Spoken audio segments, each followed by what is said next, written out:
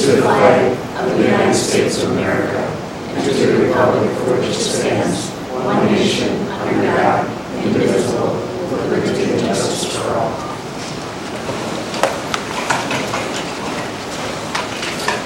The school board will convene to executive session today to consider the employment, promotion, compensation, performance, evaluation data of any public employee in which the governmental body has jurisdiction or exercises responsibility under Wisconsin statute 19.85(1)(c) to consider compensation and employment. We don't have anyone registered to speak under public comments, so I'll look for a motion to approve the consent agenda. Make a motion to consent agenda as published. Second.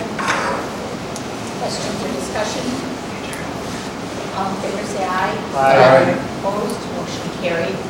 And that includes a $500 cash donation from the Wisconsin Scholastic Fishing Association to the Fishing Club, and a Miller aluminum welding machine with the estimated cost of $7,000 from David Heather to the technology education classroom. We'll start with administrator reports and Mr. Hiltz. Thank you very much. Let's see, just a couple of things to highlight that are not in the report. The first one, I know some others will be talking about the state report card. I just wanted to acknowledge the elementary staff. Their score was, elementary score was significantly exceeds expectations, and that would be the top score in the county for elementary schools. So kudos to them for doing that. Also want to talk a little bit about Act 20 and some of the things that we're doing as far as that is concerned. Kudos to Deb Hurst for all of her work. She organizes a lot of the information behind the scenes. She makes sure that staff are able to get that information. They get trained on the testing that's going to be done. That testing is on schedule.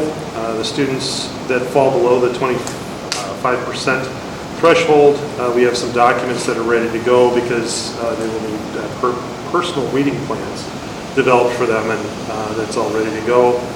Act 20 also requires that teachers in 4K through 3rd grade, the ELL staff and special ed teachers who work with those students get trained in the science of teaching. We also decided to train the rest of the elementary staff up through 5th grade, and have included some middle school special ed staff that would be working with struggling students. The coursework is called Keys to Literacy, and that work started during our in-service on November 8th. That was the first session. The person who's teaching that course, I met with her briefly afterwards just to kind of get a feel for how things were going, and she shared that things were going actually faster than they have been with some people because our staff is well versed in the science of reading, so it was really more of a refresher for a lot of them rather than trying to learn things from scratch, and that's not the case at other places. So let's see, and I also had a chance to talk to staff and the same kind of feedback from them. What they have appreciated from the coursework is just some different tools that they can use in their classroom. So they're already doing a lot of those things, but sometimes there's a little bit different way of doing it, and so they've appreciated having something like that. So well versed in the science of reading. Yes. Does that come from them? A lot of the teachers haven't taken the reading special certification years ago, or is that something that you're doing in-house? It's a combination of things. Some of them, it's from taking those reading licenses earlier in their careers. Some of it's what they brought with them. Some of it is just over time. The methods that they have and the background that they have to be able to do those things. So it's not something specifically that we've been working on, but we've always embraced phonics. We've embraced a lot of those different pieces to the science of reading. So it's not foreign. It's not something that we're trying to shoehorn in, like I've heard some districts have been trying to do. So. Well, congratulations on both Tom's back and the report card. Absolutely. And to the staff. Yep. This is Margaret. Does anybody have questions for Mr. Hill? I just want to congratulate you. Just ask a question. What do you attribute it to? It just doesn't happen, right? Which piece? Your scores, the whole thing. A combination of things, the longevity of the staff that we have. We really haven't had much turnover. So you can keep building on things. As you're doing stuff, you're not starting from square one over and over again. The kind of staff that we have, not only are they very knowledgeable, but they're very caring. They want to make sure that every student succeeds and are willing to put the extra effort and time in to make sure that that happens. So all of those pieces put together is the significant framework to be able to work with them. And then it's a matter of providing them some of the tools, some of the background. For an example, something that I plan to share with the board at a future date is some of the work that we've done with economically disadvantaged kids. The significant gains that we've made with that group, and that's one of those things that as you learn the tools to work with that group, they're tools that are good for working with all students. And so we started incorporating those things into the classroom, and we're just going to see some positives. Thank you. Can I add one thing to that too? One of the things that I wanted to say, both questions, Jerry, your question, and Lisa, yours. One of the things that Deb Hurst has been able to bring to the elementary school, which is transferred through the middle school and up, is she's brought in different types of reading intervention programs that have focused on different elements of the science of reading. And we've been able to do in-house professional development with those different reading tools that are able to reach kids further. So that's been, we started, I forget the first one that we did was Haggerty, maybe 4 years ago. So we've been looking ahead at, some of the deficits that the kids have had and have gone after different programs to make sure that we're giving our kids the best that they deserve. So, it's been a process, for sure. Just have one last comment. Again, congratulations. The challenge for you now, as I see, is in an organization which is good, if you're going to go from good to great, it's very easy to sit back and be happy with where you are. The real challenge now for you is how to ignite the staff to go to the next level of greatness on your journey from good to great. Well, Well, step one is keep the staff, and two, make it better, yeah. Okay. Yeah. Yep, go So ahead. what I'd like to say too is a lot about the report card. So I just want to start off that November 19th that's when the public report card came out. We were able to, talk about the scores, share the scores with the board first, then we'll share the scores with our staff secondly, and then post all of the new report cards on our website tomorrow. So that's how the information is going to roll out. But there's continual accolades to our staff, our students, and our community for their incredible work. Our teachers work really, really hard, and it's really evident in the report card scores. So I'm going to share the report card scores in the event that you haven't seen them yet. But I do want to make a point that this is one data point that we look forward to the rest of the year and years to come with other strong data points that support the scores, but also support how we're getting there. So we're not just looking at the forward exam and the pre-ACT. We're looking at a lot of other data points throughout the year to show how does Sevastopol staff, how are we able to give the students the education that they deserve. And that's the result is everyone looks at the report card, but I just want to emphasize that that's just one point, and we do lots of other interventions and data points to show the amazing work of our staff. So as an admin team, we're going to continue to share other strong data points that will also demonstrate the strength of the teachers and the students. But our district score this year was an 80.8, which exceeds expectations. Last year was an 80.4, so we went up as a district. Our elementary score was 83.3, and significantly exceeds expectations. Last year we were at an 86.9. Our middle school is a 95.5, which significantly exceeds expectations again.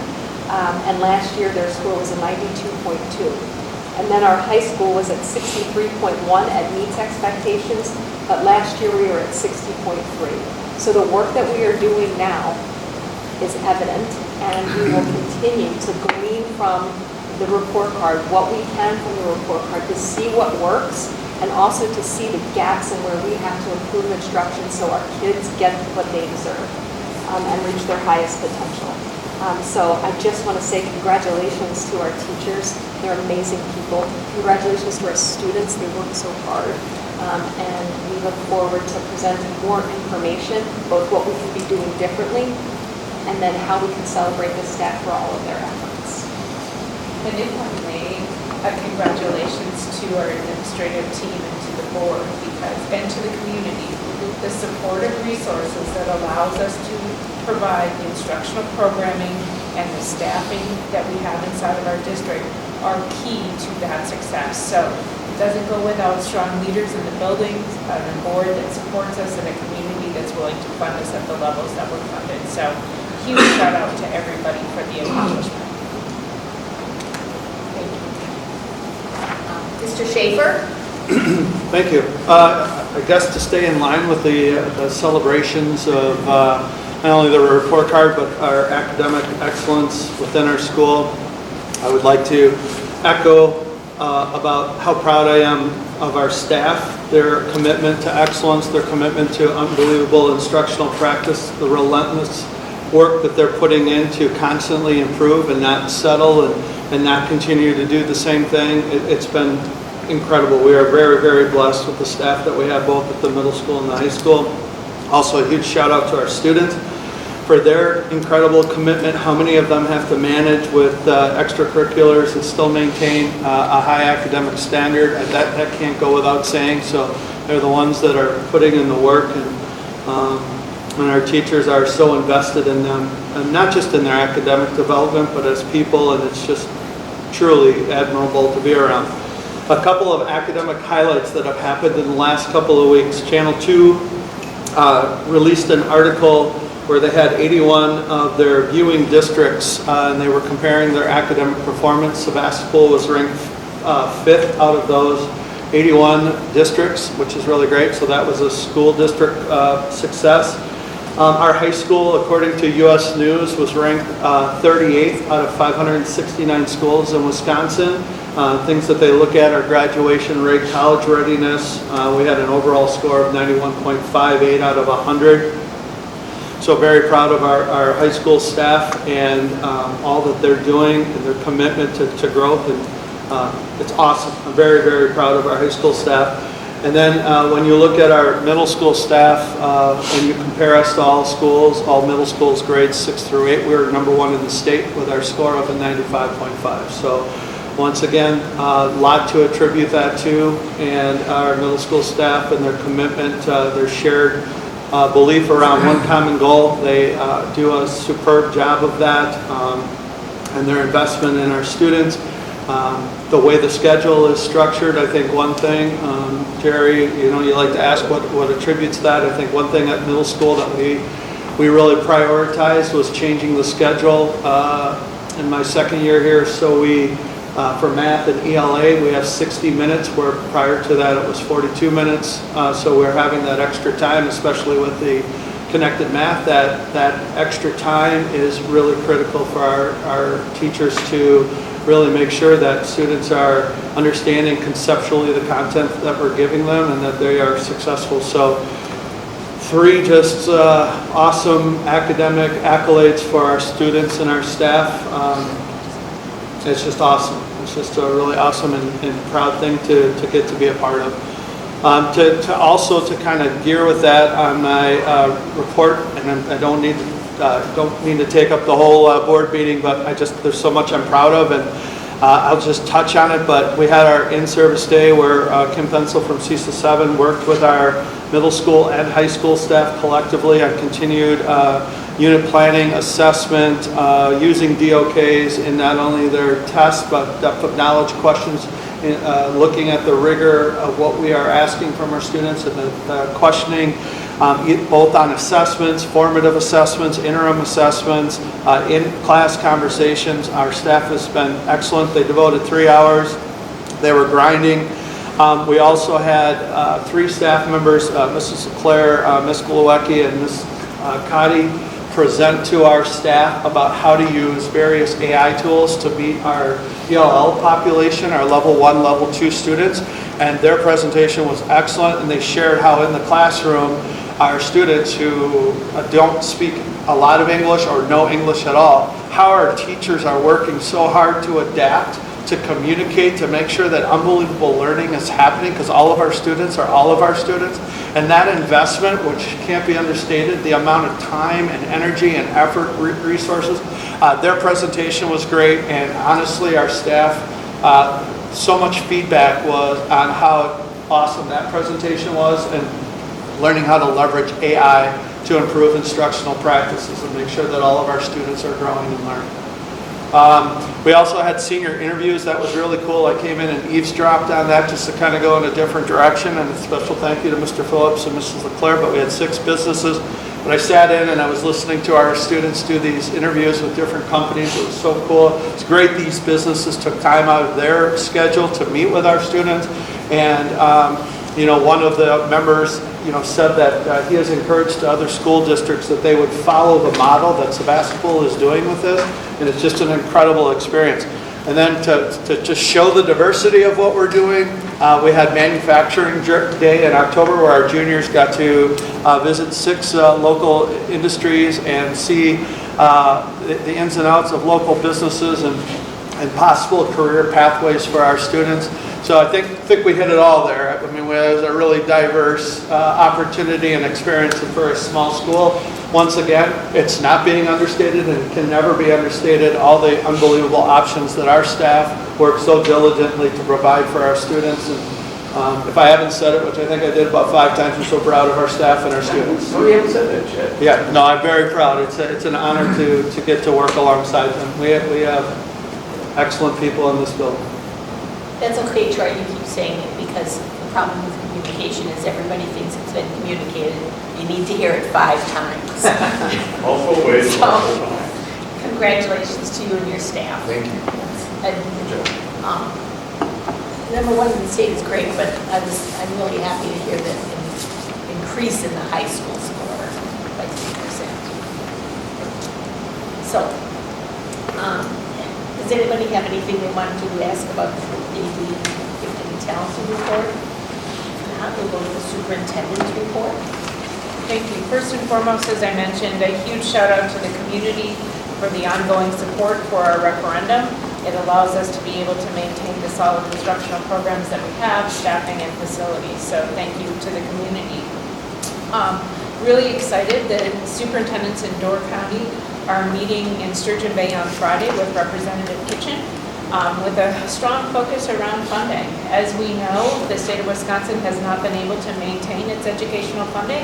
And the really exciting piece this year is collectively as organizations, whether it's a school board organization, administration organization, teachers organizations, we're all staying focused on 3 topics. We know if we can stay focused, we're optimistic that we'll be able to be heard better from the legislation and hopefully get support. So what are those 3 focus components?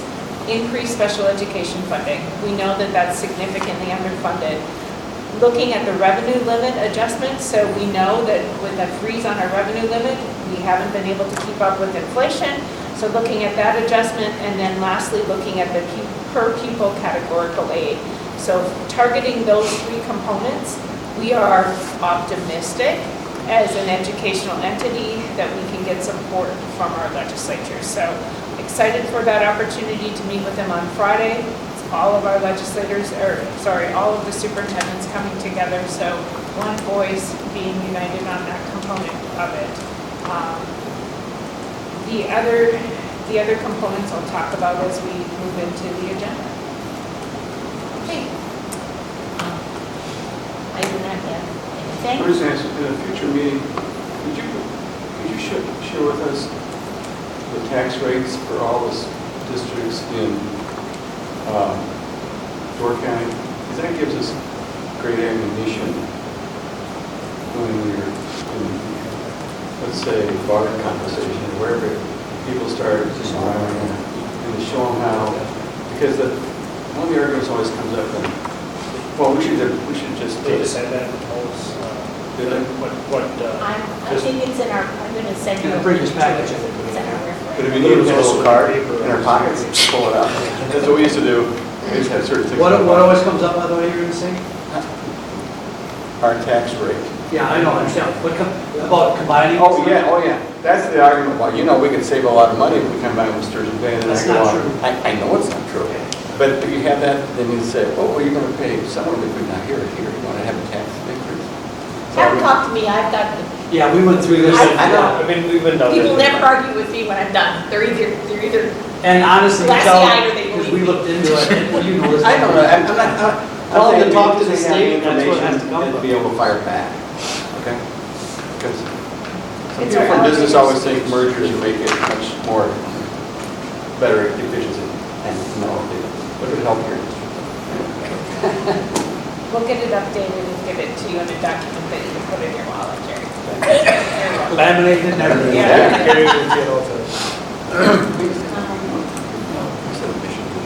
the policy committee made 1024, and we've got a lot of policies on the agenda. Do you have anything else that you need to report to us? No, I don't think so. We'll be going through all of those. We will be having another policy committee meeting. Jerry, we're trying to, Yeah, we got. we've got a date now, I think, in early December to go over some other areas of policy. Building and grounds, do you have any reports on anything? Nope, just basically discuss the long-range plans and goals and extend it out to figure out what we're going to be doing in the future. Try to narrow down costs so that not big jumps up and down price-wise every year. So you'll bring something to that for us just to look at sometime? We have another December meeting. Still No rush, I'm just asking. preliminary. I would say, yes, that's a good, we should. And then the other thing I would just offer for understanding but flexibility, or at least some of the group are pushing to put more ideas in there, even if they're not fully fleshed out, because the more ideas we can have in the roadmap, the more visibility people are aware of it, the more we can understand, and as priorities increase or change in those areas, maybe something falls off, that's not really a big deal because it is a plan. So I like that. So the long-range plan is getting more shape, more content, which will be good for everyone to look at. And then over time, it may start discussions for this group to say, hey, we should add this, or get serious about researching something here. Budget report? Anything on facilities? The only piece I want to bring up on facilities is we continue to work with our heating and cooling system with the old part of the building and the new part of the building and getting them to connect. And so know that we're very aware of those issues, and Dan is working daily to ensure that we have a climate that's comfortable for students and for staff. You're still using Johnson controls. We have Johnson Controls for the one part of the building, but we have somebody else for the other. I'll ask Dan in a second, just, does he have like a documented troubleshooting guide that helps him navigate this stuff? We'll talk about it in December, because if he doesn't, we should find a way to get one created. I know in my industry, we do that to all our customers, so our vendor should be able to help with that. So then he would have a cheat sheet on how to get through some of it. So we'll talk in detail and see what he has or doesn't have in December. He does an amazing job. I mean, I just have to. Oh, I know with this, but he's not an HVAC background guy. Right. So that's why you gotta make sure we have the right data. I'll shoot him an email to him in advance next week. Great. Could you find out for me, this is way beyond expertise, why would two different vendors to take care of the air conditioning system, even though it's an old system, why don't you have Johnson Control or whoever it is take care of the whole shooting match? We had an existing contract. Are we under that energy efficiency contract Well, yet? yeah, we had a performance contract, a 10-year performance contract to upgrade. Johnson Controls facilitated almost all of that. They were our main vendor for that. So whatever upgrades we made, during that time. They are the ones that, with the performance contract, they have to report efficiencies that are being, so we've gotten them for all those. And then we've got the new vendor for the new building. So, yeah, there's, we've got two different buildings, two different, Well, and then it's different technology and software. So Yeah. Johnson Control won't support the new one, these guys won't support Johnson Control, and probably someone It's a better. control won't support the new I technology. mean, we can be allowed. Well, and then we're in the warranty, or not anymore. We can, I don't think Johnson Control is awesome. the future That goes way back to when we did that efficiency. performance contract. Yes, Yeah. yeah. Or something. So it can be, the contract can be bidded out. We don't necessarily, but Johnson are fairly aggressive in the bidding process for taking care of the system, so. Maybe that's something you can discuss at Yep. that building blocks of is one vendor. That's not broken. We then have, That's the same. anything else on? They're not supposed to talk about it anymore. Okay, we've got this long list of secondary policies, and just for the camera, we had all of these last time around, everybody had a chance to look at them, they've had a chance to look at them again, pose any questions. So if there are any questions, I'll take them at this time. I would move to approve policies for second reading as listed, 0164 through 8680. Second.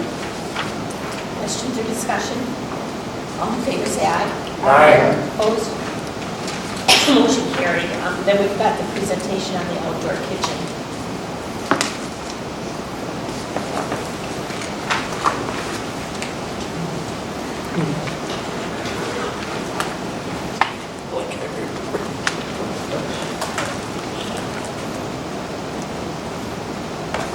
So as Tara is setting up this evening, Tara has been working behind the scenes for several years, is my understanding, on her proposal for the outdoor kitchen. So I appreciate the attention for her. She's done an amazing job putting this together.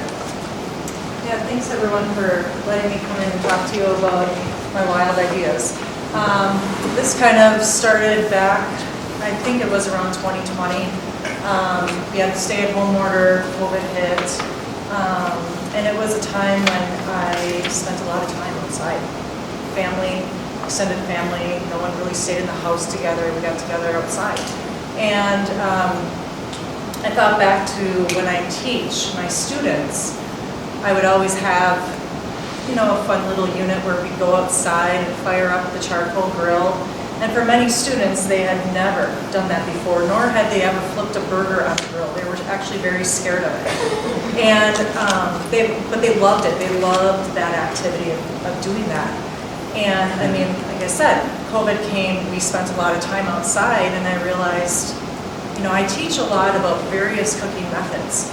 And, grilling is one of the most fundamental ones. And students, it's a life skill, and I teach a lot of life skills. And I try to keep my content up to date, relevant, exciting. Students love when we have grilling day. We get to go outside and make the school smell amazing. They love that.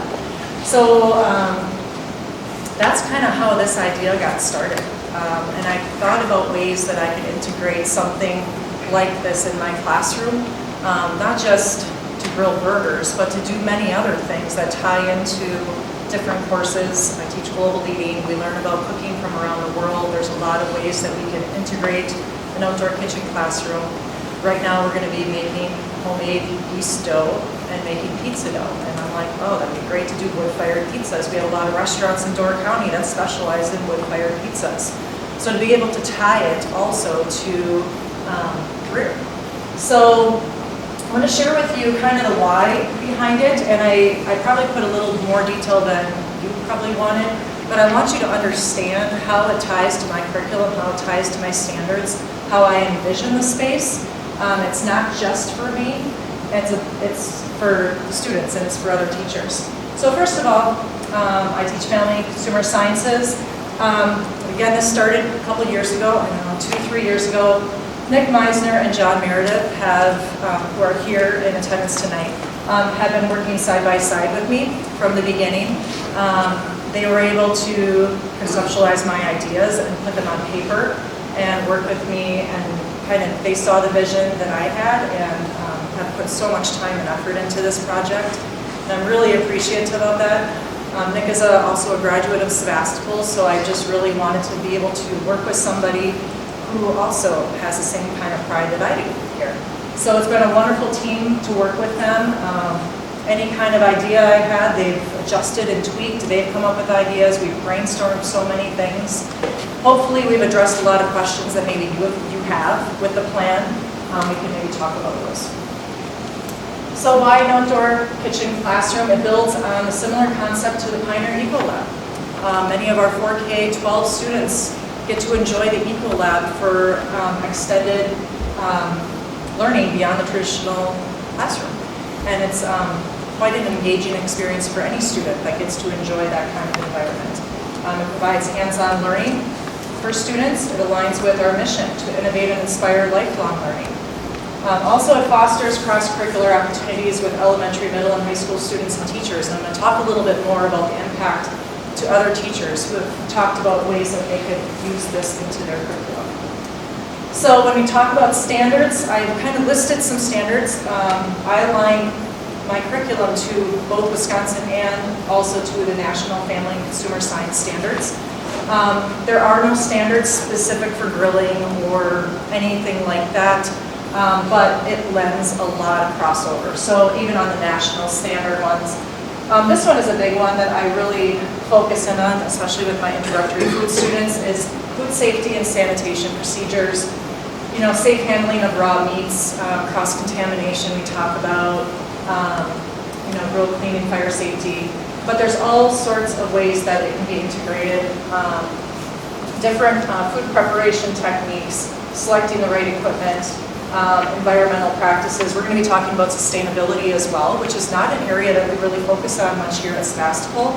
So being able to compost and to be able to, you know, use our waste in an eco-friendly way and be able to contribute to the environment is an important life lesson, an important lesson for all students. This is, you know, my if you build it, they will come. I have, if you feed them, they will come. Picture in my room.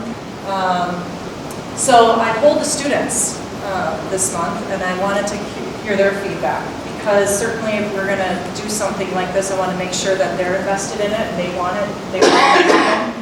And you can see it was just simple questions. I didn't want them to dwell too much on it, but yes, no questions. Do you think skills learned in an outdoor kitchen like grilling, gardening, using a pizza oven, smoking meat would be useful in your future? 98.8% said yes. Now this is a poll, 80 plus, and actually I think it's over 90 now. They just keep adding to it. But I just polled the freshmen, sophomores, and juniors who would be the ones to be able to utilize this space. I left the seniors out of this one.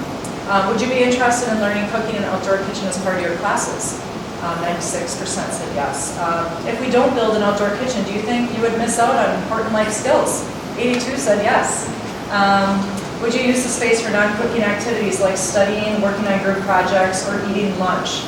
That was a bit popular one because students saw the plan and in my classroom, and they would love that space to be able to just sit outside, get some fresh air at lunchtime, and be able to have some outdoor time. Do you think an outdoor kitchen classroom is a good addition to our school? And almost 99% said yes. So they're very excited about the idea of it, of being able to go outside and do some of these things and learn some of these new skills. So some of the features of the outdoor kitchen would entail two 42-inch gas grills. We'd also have two 36-inch flat-top griddles, kind of similar to that of the Blackstone. A lot of different brands now make it.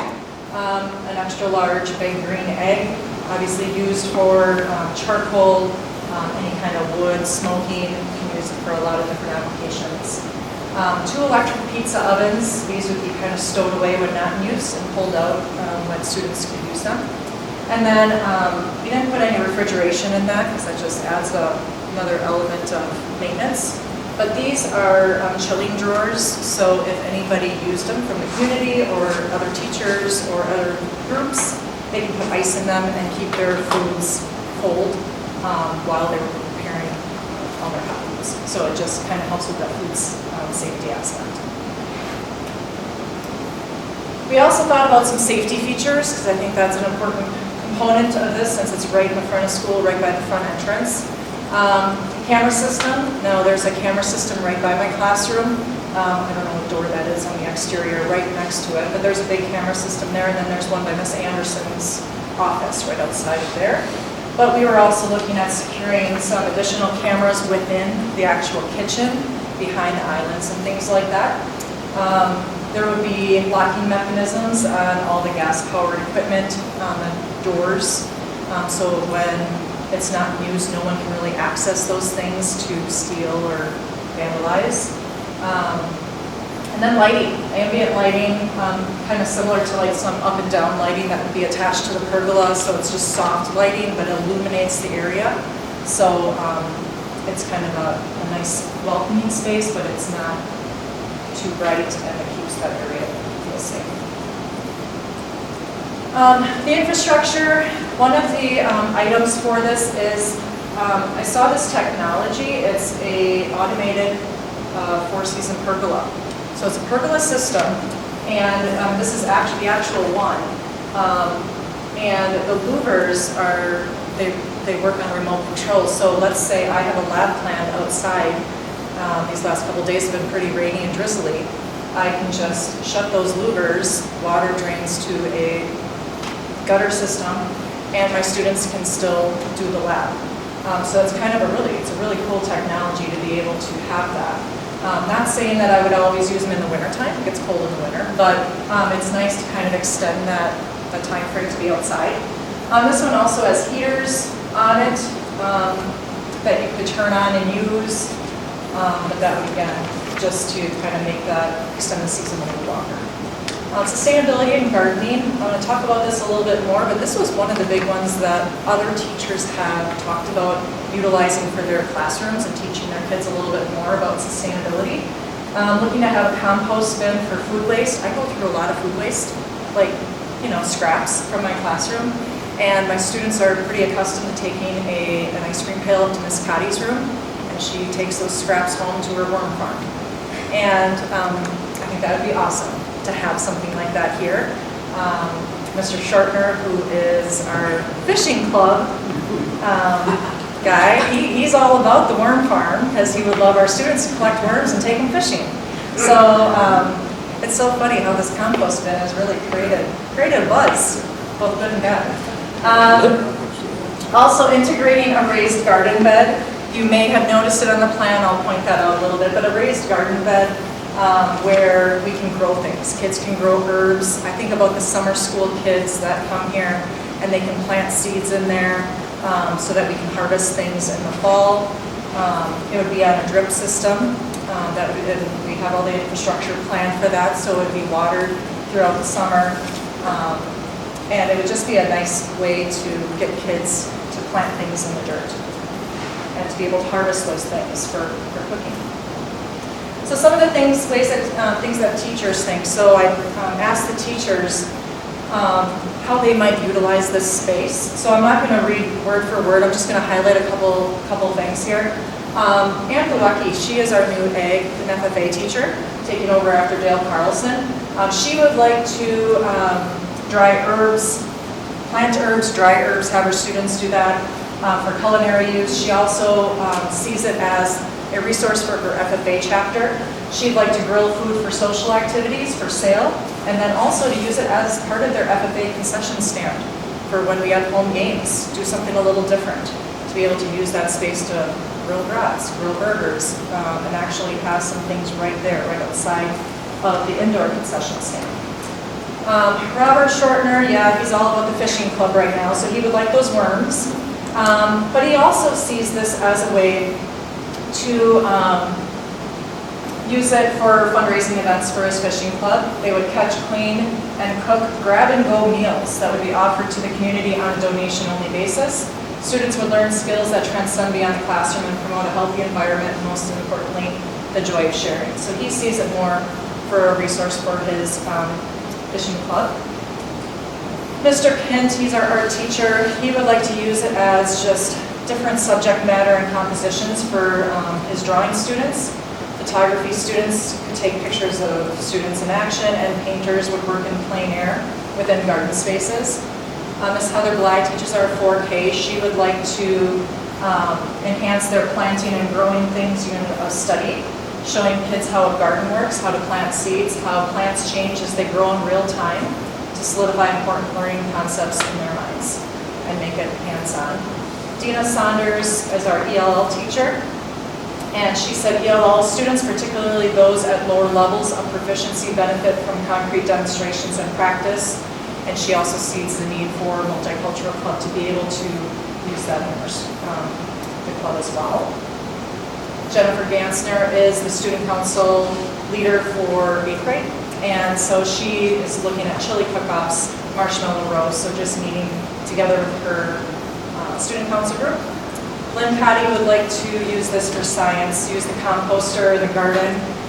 Hands-on learning opportunities bring science to life. They explore concepts like ecosystems, biology, and environmental sustainability by observing the composting process and learning how organic waste can be transformed into nutrient-rich soil.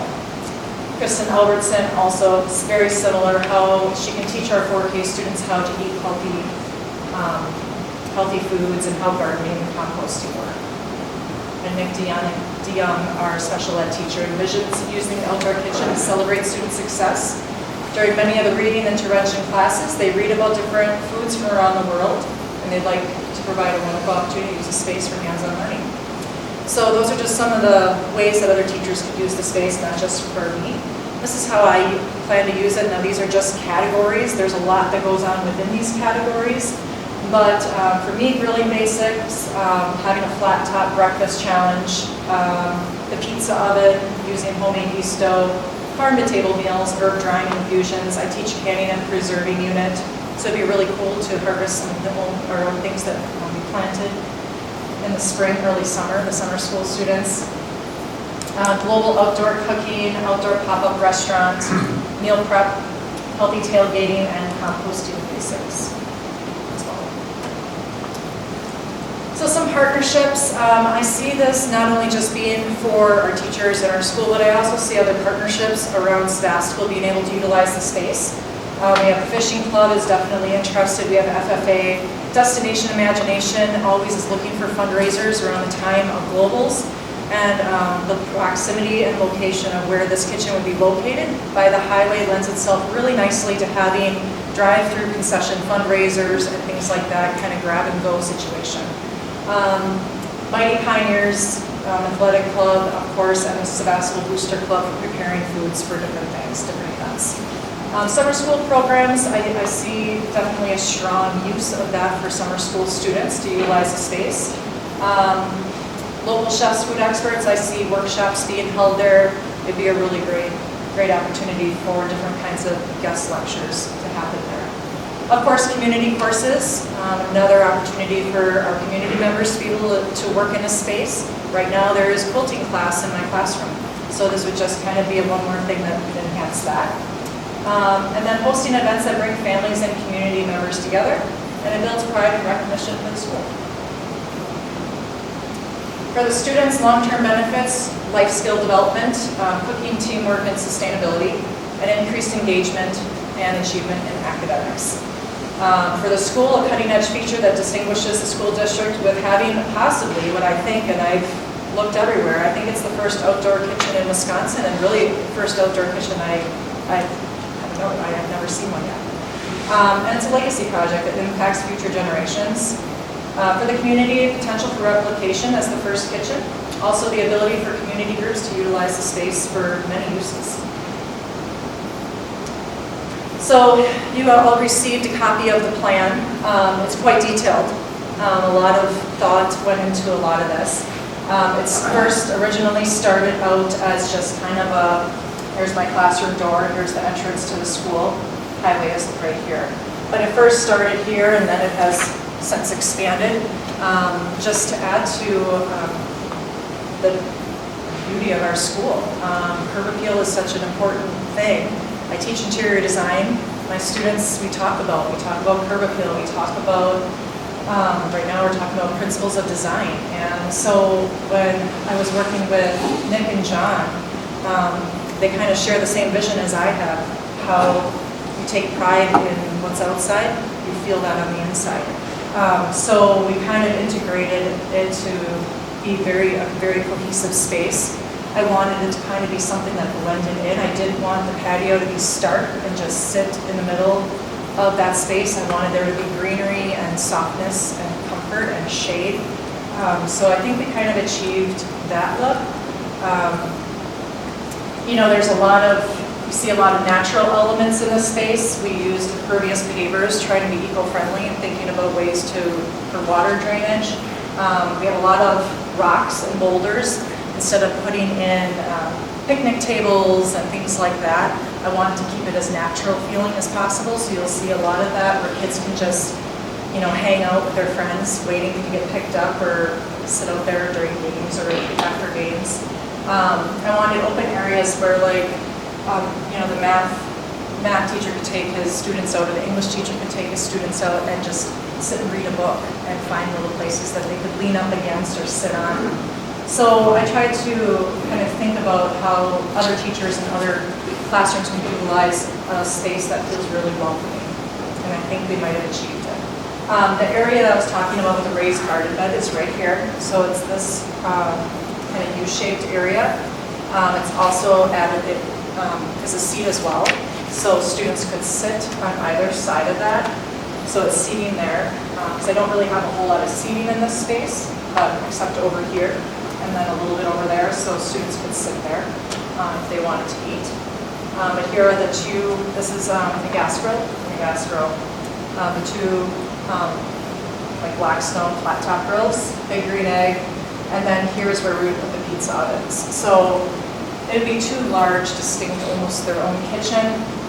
We integrated a sink so that if community groups wanted to use it, when school was not in session, they wouldn't need to access my classroom to wash any of their dishes.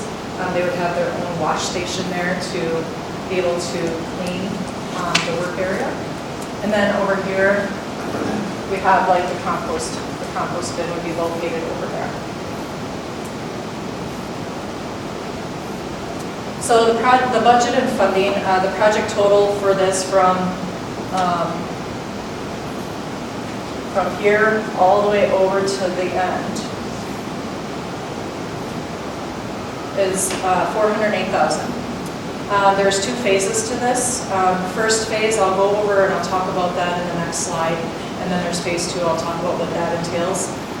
Potential funding sources right now, I'm waited till after the referendum, and now I'm starting to submit grant applications and looking for funds to support the cost of the patio project. So there's a lot of things out right now, and we're waiting,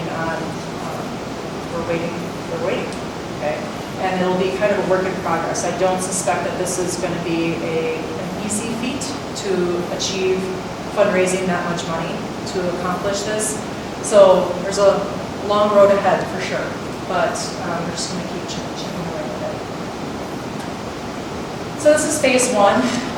It's kind of delineated by the red line on the plan. There's one red line here and one red line there. Ideally, I'd like this area to be like the first phase, just because kind of the same materials that are over here, and just from a cost standpoint of when excavators and Meisner comes and they're putting all these things in, it'd be more cost efficient to do that section all together. Phase two would include the outlayers. Okay, so it'd be kind of the area by Miss Anderson's office, and then onto the other side, the part that goes underneath like the math rooms and the special ed rooms, the landscaping. But the hardscape isn't part of phase one.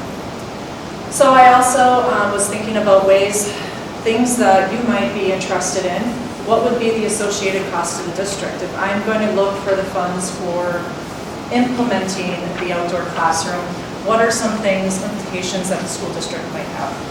Maintenance and upkeep is one, so after all is said and done, right, it has to be maintained and kept up. So regular cleaning supplies, sanitation materials, food safe cleaners, grill brushes, degreasers. Equipment maintenance, periodic servicing of grills. I mean, we all know how grills operate. They can be great for 2 years, and then third year they just stop. And so maintenance, servicing of those, replacement of consumable parts like grill grates, burners, igniters, gardening and landscape, mulch, soil, seeds, plants for raised beds, so snow removal in the winter, replacement or repair of the drip irrigation system down the road, labor costs for maintaining the garden, could be offset with volunteers and student work. Of course, there's insurance and liability anytime you're constructing something.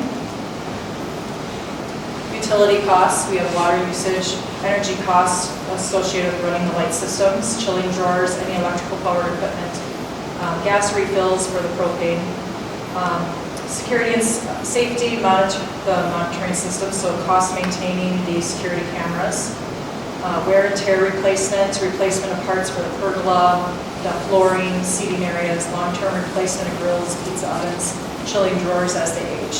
So everything's great for the first couple of years, but as things start to age, like anything, there's going to be maintenance associated with that. Brian Stevens, Door County Medical Center, they're fully supportive of this program. While they can't contribute to capital, he has committed to supporting any kind of event or activity that we host. They want to partner with us on and support that. So they've always been very supportive of what we do. He quoted, anything we can do to help educate students and their families on nutrition will certainly improve the health of the community as a whole. So next steps, what I'm looking for from the school board is real estate. One, support of my project, support of my idea, but two is real estate, being able to use the space outside of my classroom to put in this great facility for our students to use. So that's what I'm looking for tonight. Obviously, my job is big yet. I still have to finalize all the funding sources before anything can happen. We have to have the money before that can happen. And maybe that's breaking things down into smaller phases to get it started. So that's to come. But we are slated for June 2025 that we could start to do something like this. So, and again, it's a very fluid operation at the moment, so but I'd like to get started if it's possible. So, at this point, if you have questions, and have questions for me or the guys here, yeah. And maybe for you guys back here, so have you factored in, or do you guys know like all the current codes, architectural codes, so we're meeting all the codes with this approach for building stuff? I know you're more agriculture, I mean, you're, but we want to make sure that it's insurable, right? We got to meet all the codes, and we got to make sure our insurance will accept for the codes, and it's probably commercial because it's on the school. So is that factored in yet, or just not? That's future activity. I don't know what commercial. I mean, the only thing I can think of is the height of the counters. I don't know, like gas grills. You can have gas sources right by a building, you know, all that kind of stuff. I don't know. I don't know the answers. I'm just. So you're gonna sub out some of the work. I mean, you have to sub out electrical. Probably have to sub out the propane. Yeah, Connections. Those sort of things. Yeah, they're all subbed out. We've had discussions with the county on the zoning. So we have gone through that, designing towards ADA compliance. And again, our subs would take care of a lot of. I mean, so before we would dig the shovel, we'd have to have all this stuff validated that it can be insured, it meets all the codes, that the city approval guys are going to approve it. And I guess I'm kind of curious, June 2025, when do you have to have money to award contracts to meet that schedule? Do you guys have a preference? I mean, my goal was this was summertime, my goal was by the end of this year. But I'm putting some reality into it. Most people, most vendors I know are booked out. So if you get the money June 2025, it ain't getting done June 2025. I mean, So unless you guys are gonna, whoever does this is gonna hold their calendar wide open. We've tentatively slotted space for, something to happen. We looked at this fall, but the timing in that, but. Yeah, I mean, the money's gotta come in, but all the Right. subs and stuff like that, if you start talking to guys who repair gas lines, the power guys, your electricians, I'm just going some reality. I'm very supportive of this idea. But I think June 2025 is, good luck, So I built stuff today, that's what I. Yeah, it's penciled in. Yeah, Yeah. and our cells are on. It's penciled, like I said, it's a fluid operation. Yeah, It's a- no, yeah. It's a lot of money to raise. It's Yeah, a lot and I of think money. my point is just be how far you market June 2025, and there's no way in hell it's gonna be made. Well, then you already got a black mark on you before you even started. So I think it's a goal. It's a goal. It's a way that it pushes me to. No, I secure the appreciate funds. that. I'm just the messaging out to everybody else. Yeah. I think the MCAC's concerns, probably the easiest way to just turn these plans over to the school's architects and say you don't want them to draw anything. You just want Make sure it meets Meets all the codes. exit, egress, and any codes that may, Well, what school architect? And the fire department. or whoever designed it. Well, we have to pay them then, so you're That's right. suggesting Yeah. you pay them to do it. It's No, better- I'm okay with It's that. better do it now as opposed to building it and then all of a sudden some county inspector comes out. His own interpretation makes it work. Because that would be a small, reasonably small fee to evaluate that. yeah, a little colder. I think, I started reading this and I started, no way goes that. But then I started thinking about that. And since we had our last board meeting, first of all, I salute you for your enthusiasm, your ideas. Okay, very good. Something's changed since the last time we met. There's an election, right? And if you read the newspapers, or one of the newspapers, watch TV or anything like that, this fits in very, you need to just tailor some of the language. But I go back to the preschool, 4Ks, and Brent Stevens, okay? If you approach this from the point of view of healthy eating, teaching kids today how to prepare, get food, do food from a healthy point of view, considering what Mr. Kennedy's big agenda is, and that's becoming a bipartisan agreement that America is too wide and too short for the wideness that they are, okay? With about 80% population. There's going to be a lot of emphasis on healthy eating. This is an opportunity way ahead of the game. You can change the narrative of why we're doing this. You're way ahead of the game in securing funds from various sources along those lines right now and be in the front of the pack as opposed. So you're way ahead of the pack. You just can't. Excellent idea. I think if you can approach it with teaching young people today healthy eating, when you're out of school and you're sitting in your apartments and you go out on your back porch behind your grill and all that, it all fits in nicely. I think there's going to be a ton of money sitting out there for you if you know how to go after it. But this is right on the mark for some big stuff that I think is going to come through this administration.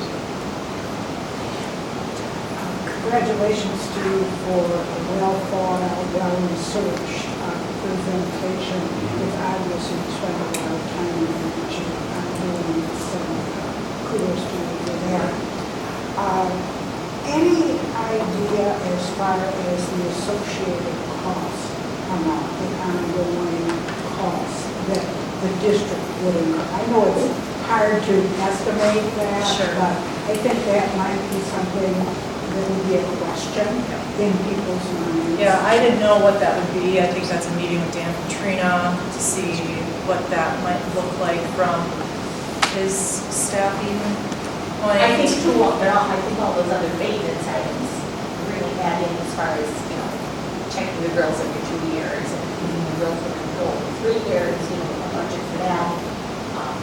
Because it could, again, I think it's a really cool idea, but the cost, the long-term maintenance cost for the conservatory, and there's a lot of landscape there, and our maintenance staff doesn't have time to do that. They barely have time to do the minimal landscape that we have outside. So to talk about that, and I think maybe Nick or John can talk about that, when we chose a lot of these things, a lot of them are maintenance free. And we worked with Dan Petrina on this plan, actually. We pulled him in, and they went through what some of these plantings are, some of the trees and shrubs. Nick, John, you want to talk a little bit about the selections of some of these things to try to... Well, we generally kept perennials to a minimum, and that's where we have a lot of the maintenance. There's a little color along the main entry walk. Mostly generally kind of wanted to provide some more season interest for the school. They're relatively simple, using some proper spacing on the plants, giving them some longevity before they're going to require much in the way of pruning. Initially, I think it's going to be more weeding and watering to keep up with things. It's a lot of stone mulch, as with all the other beds around the school, so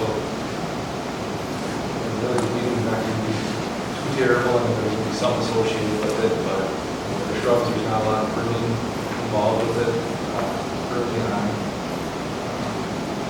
We have some junipers in there, some rose, just different things that will kind of grow and spread and kind of form big masses that will require a lot of upkeep once they get there.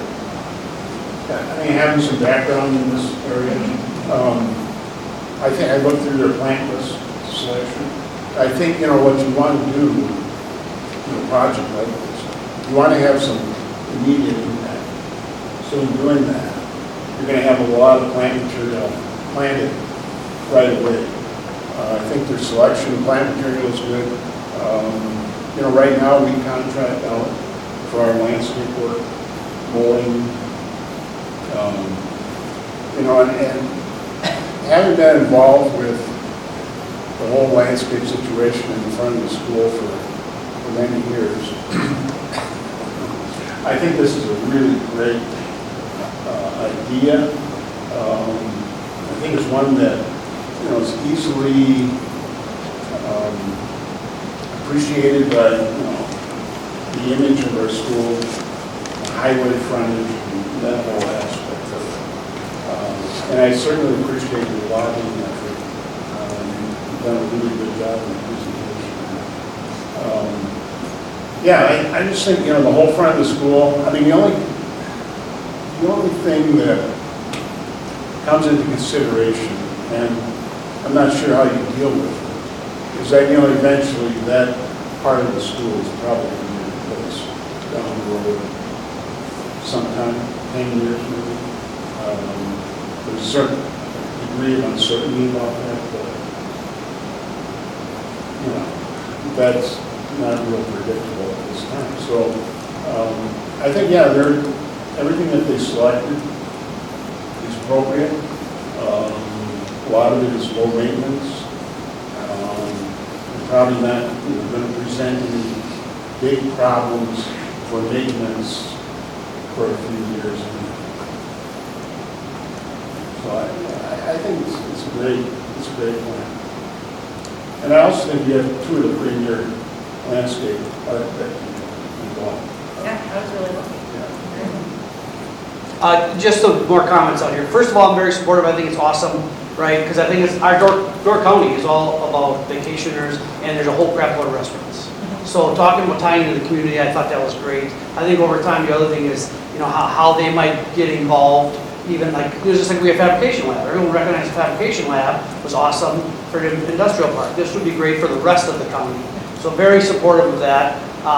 One thing I might recommend, if you can, if you were interested, when you mentioned Dan, I would be willing at the next building and grounds committee, or separately, you take all the list of things, we can miracle up some costs, you know, because grill replacement on $50 here, you know, we can miracle up some estimate for planning, just so it would, because that's a valid question. And I'd be willing to participate, and I think the building and grounds committee might be a good place if there's room on the agenda, and if we can do that or not, and you probably have to come to that then. But I don't know about you guys, maybe probably not. But and the other thing, great point on the location. I was wondering, I get the location right now, but I'm just going to throw this out. because that's where your classroom is, but like if we went over between, from the old school to the new school, there's that grassy patch. I know it's further away, but was there any discussion, would that ever be viable? Because that place ain't going anywhere. And you're right on the roadmap on what we're doing with this, we don't know yet, or from there, I should say. But I would easily, it was just a question, you know, I see this. I can address that because when my classroom was the old version of it before it got remodeled, and Kyle came in and said, you know, there's money in the budget, you have asbestos floor, like, dream here. And I dreamed, Yeah, and I came, and then I got a door. Yep. The reason for that door, and this was, I think this was even before the concept of an outdoor kitchen at that point, but my students were grilling outside, and we were taking food out from our kitchen, walking out in the hallway, coming through here, walking through here, and then they'd have to buzz in to get back through. And then it was just, they're handling food, they're walking through doors. I don't want them to have to navigate through a school with raw meats, food, transferring from one to the other. It no longer becomes convenient. We have 43-minute classes, and it needs to be quick and close. So that's why this door arrived, because it just allowed easy accessibility for students to go outside and use it, come back in. Also great for hauling groceries in, but it's just nice to have that close and accessible. So you have a door there now? Yeah. Wow. Imagine my surprise driving by this summer. No, that just solves a lot of your life safety code issues that would be there as you start breaking through the wall. Bravo. Very good. Do we have anything, you know, classes are going down there, 4K, first grade, third grade, sixth grade. Do we have any concern with them being kind of out in the open at the highway? Safety-wise, you know? It's pretty enclosed. I mean, the whole point of it is to enclose it with, well, you have the pergola, but you also have plant material that separates you from the parking lot. That's the whole concept of it. Yeah. I would think kids should know that if they're with a teacher, they should follow them. I mean, they go on field trips and they know the rules. I'm not talking about them not following the teacher, I'm talking about people driving. Well, I mean, I'm just saying, like, stay in the field of that and not in the park, because obviously that bumps up to the parking lot, right? Please help me understand what your concern is. Your concern is the visual of people driving around? I'm, this safety and just also the safety of the whole structure just there in the front of the school and vandalism. Well, I think that's why you have cameras. We have cameras, we have. I mean, the police force, I would. It is a concern, especially in the summer when we have high volumes of traffic and you have a beautiful facility that is sitting out there.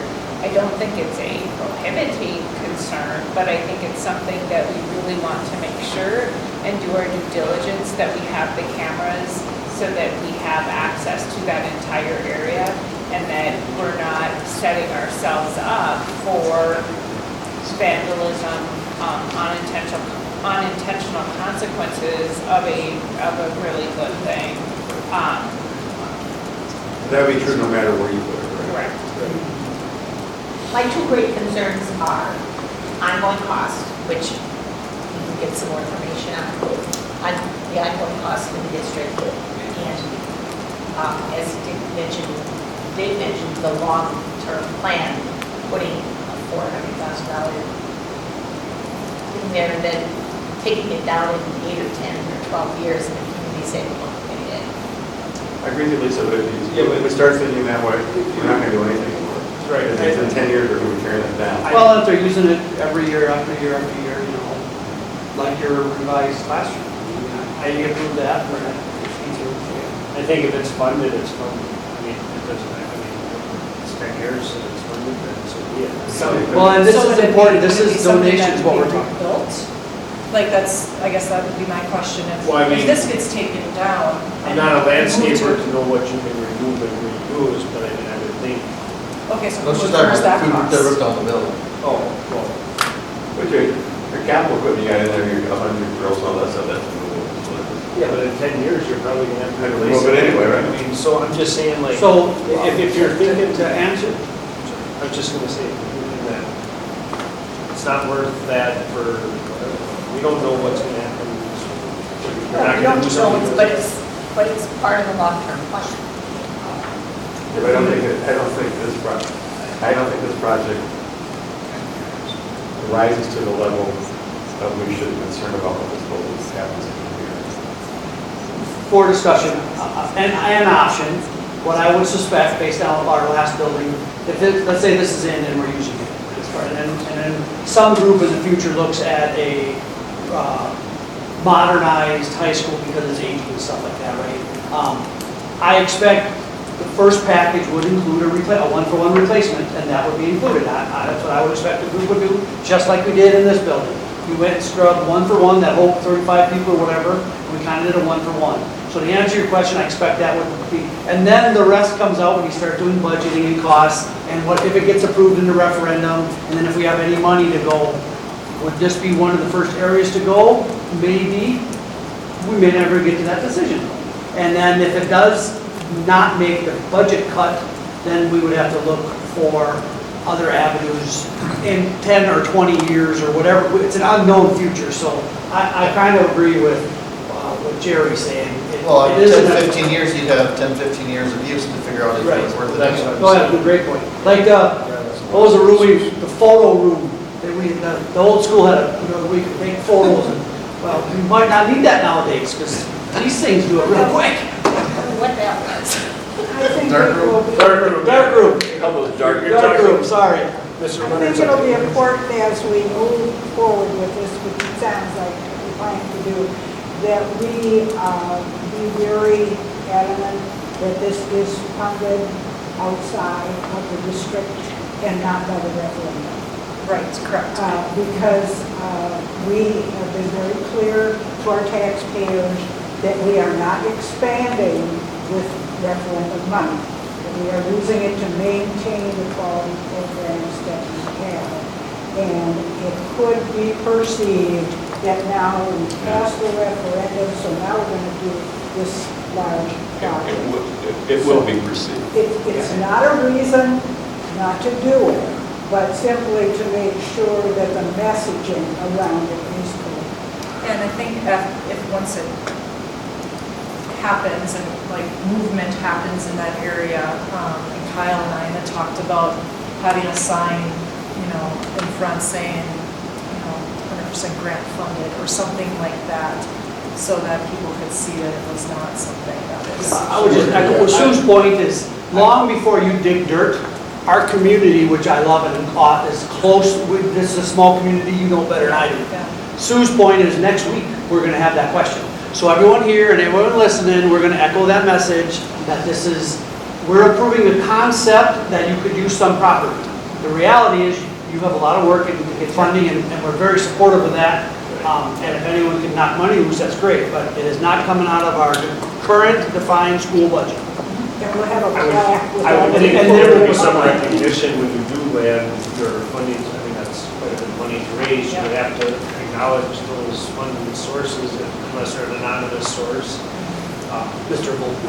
Yeah. So they can give you something. Yeah, it's a great idea. Do you want to buy a brick? I could buy a brick. Can They have butter or something, You guys I'll can have take an 10. estimate of long-term costs. So we have a motion, No, I'm asking in a month, can they, I have yeah. one last question. Since that's going to be empty 3 months of the year, theoretically, is there any way we could ever put on classes for adults, because we are an artsy, craftsy world up there, outdoor. That's good. We're getting It's outdoor. our So church. That's what it was, the community part. But do you work in the summer? I do. There's a guy over in Carver who just bought a farm for $1 million. He's gonna grow organic fruits and vegetables, and it's Come tough here, harder. cook 'em. So he's gonna put up little cabins so people can come and learn how to grow their organic. Because if you do that right, that really can defray a lot of your operating costs. That's actually a revenue that, Oh, you want me to do the cooking classes? or somebody that. Oh, I thought you meant community members utilizing the No, no, space no, too. no. I was thinking if we, what I would add to that, all these restaurants all over the place, let's say this works and we have it up. Over time, maybe they need to recruit people, right? So that we can start setting up agreements like we do with the industrial park, that maybe they'll help come teach a class or teach their techniques to your class. And that will bring that together, and then maybe they'll teach a summer class because they need more cooks. So they can come and interest people to say, hey, you can do this. It's not terrible, but I'll help you through it. And then somebody might find a new career path at the end. There's definitely opportunity in the company, so.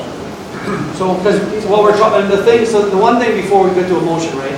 Because somehow we're approving the idea that you could use the land, but we need to verify the long-term cost, maybe in a month.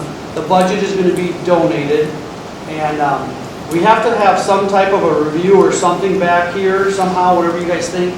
Because before anyone touches that ground, right? We would have a review to make sure all the ducks are in a row. Insurance is going to insure the darn thing. We have everything's in play, right? Before we bring an excavator on the property. So that's, just before we say go, we do a final review. Can you simplify that motion, Dave? That's a lot. Like a 5-page motion. I wasn't. Let's make it a motion. I don't think she's talking about that. Well, so I move to approve the plan to put an outdoor kitchen at Sevastopol School as projected, with actions to be clarified for estimated long-term costs to the school. Recognizing it's a donated budget that is to be captured by the team. And just so we'll do it. Is that simplified version? You got a simplified version, Dick? Carol? I would move that we proceed with the consideration of the outdoor kitchen and leave it at that. No, I think those things are No, I important didn't see it yet. for long-term, Okay. for the long Oh, yeah, term. you're considering it, I mean, whether Approved. whether you have all that in it or not, we're just making a motion to consider the project. I mean, if it comes back, the maintenance costs are gonna be $10,000 a year, well, I'm just saying. And if our insurance goes up $100,000 a year, because we have Well, insurance then we're problems not now. gonna, then we're not gonna. Right, so how do we Just saying, tie so- that in? I don't know. If I may make a suggestion, what I'd like, if the board would like to make a motion that we proceed with fundraising at 50% dollars fundraising, the following questions have to be answered. Insurance, codes, and maintenance costs. Sure. And that will come back to the board at that point in time with that. So then Tara can have direction that you've secured the 50%, these ongoing components we've resolved and have an estimated cost, and then the board could make the determination about whether or not she would proceed forward with that additional fundraising. You have that, Kaylee? I think so. Well, I think a board member. You can But if rewatch- she you reads can it rewatch back, if she reads it back, then if somebody likes it, they can. I would make that Yes, motion. You want to read it back, Kaylee? Yeah, just I for think the- it's, we have to approve. Motion by Sue. To approve the plan as projected with actions to be clarified on insurance, codes, and maintenance costs. Does that sound right? I'll second that. And did you have the 50? Did you have the 50% 50% funding in there? At 50% funding.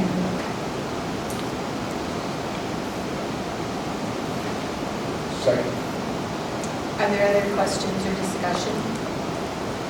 All in favor, say aye. Aye. Opposed? Motion carried. Thank you, Kara. Thank you for helping out. Thank you for allowing me to come. It's a new thing, right?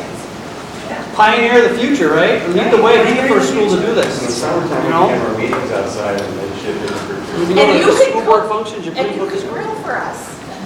We're gonna have our meetings outside, and Gary's gonna grill. Yeah. I don't know about that, but, Okay, then we have the art club proposal. I don't know how you follow that, but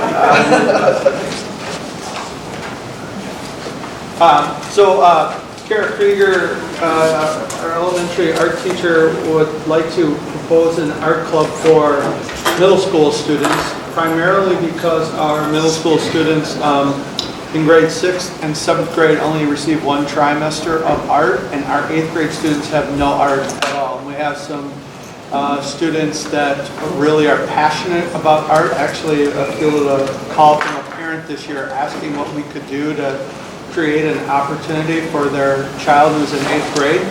And the great thing about this is Ms. Krieger would be offering this during her prep period, which would be the 8th hour of the day. And so students who are in resource, which is a / study hall for students, those students would have an opportunity to participate in this club. There's no real additional funds or cost. She would cap it to 20 students, and every 4 to 6 weeks would cycle in any new students so we can make it available. So if we cap it at 20 and let's say 35 students are interested, we can make sure that we're offering this in a cycle basis where students have this opportunity to get some unbelievable art instruction, and the art instruction is going to be, at a high level, and so it's a great opportunity for students, and it's a way for us to kind of combat the lack of artistic or art opportunities that we're offering our middle school students. What class did you say has no art?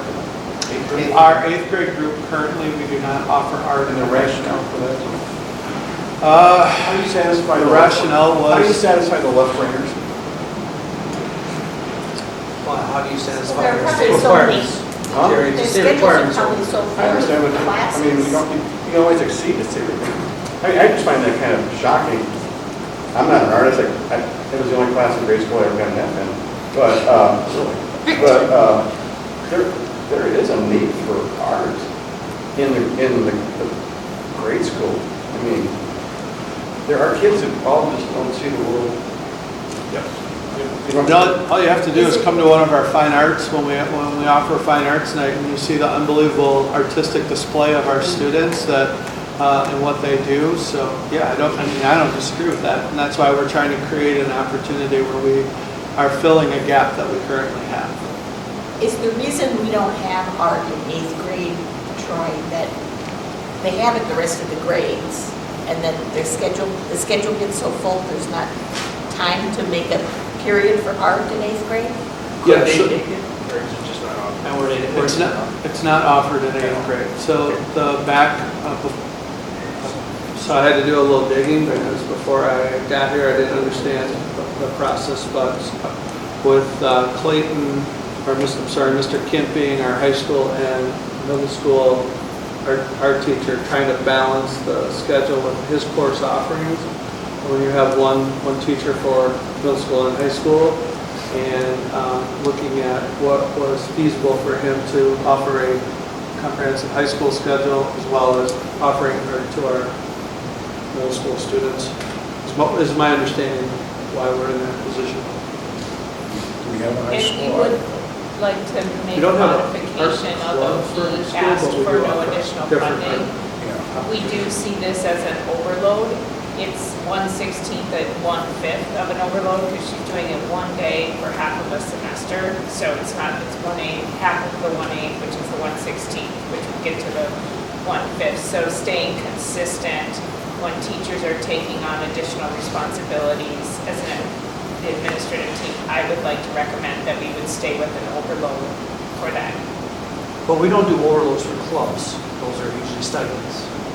Correct, but as we're talking about, and just brought up, the opportunity here is for us to increase art participation. And one of the pieces that we need to do is looking at our secondary program. We need to increase our art participation, and so, yes, it's a club, but I would recommend that we run it as, and I can bring that cost proposal to move forward, so you could move this forward so that we can get it built into the schedule and then make the determination on the cost, running it either club-wise or, And did you say Kara was going to do this in her prep? Kara? Kara Krieger in her 8th grade prep? Yep. 8th hour.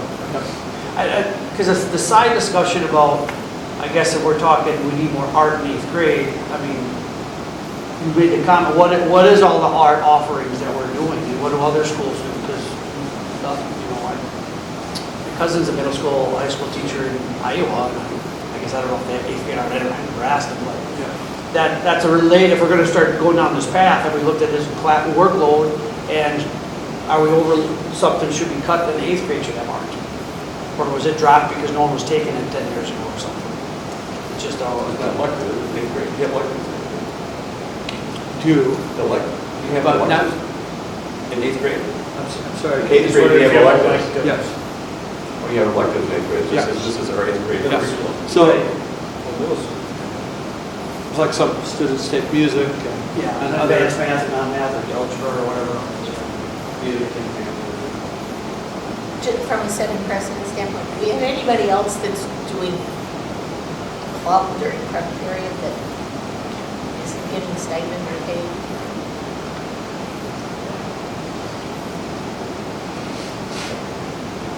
I think they should, you have to do any teaching, we should do this. It isn't like we're, the daughters of charity, we're just looking for the nickels and dimes that come in. I agree with that. I'm asking, is there anybody else that's doing it that's not getting paid? Well, is it a club, that was my, is it a club? I'm not against the idea of having more art, that's a great idea. So we got a teacher to do it, and not even against the money, but is it really a club? Because what kind of headaches are we gonna have when, we got quite a few clubs, and they usually have some stipends, we're gonna go through that process. So this is gonna be a club, but won't have a stipend, I guess, because it'll be an overload. Now, and does stipend pay go into their salary, I guess, right? Works for their top 3, right? That matters. the only reason I put it in a stipend rather than a club is it's during the day. You know, it's not outside of the day. There are clubs. Has Mr. Kim indicated any interest in high school? Not at this point. Mr. Kent hasn't approached me about a high school art club.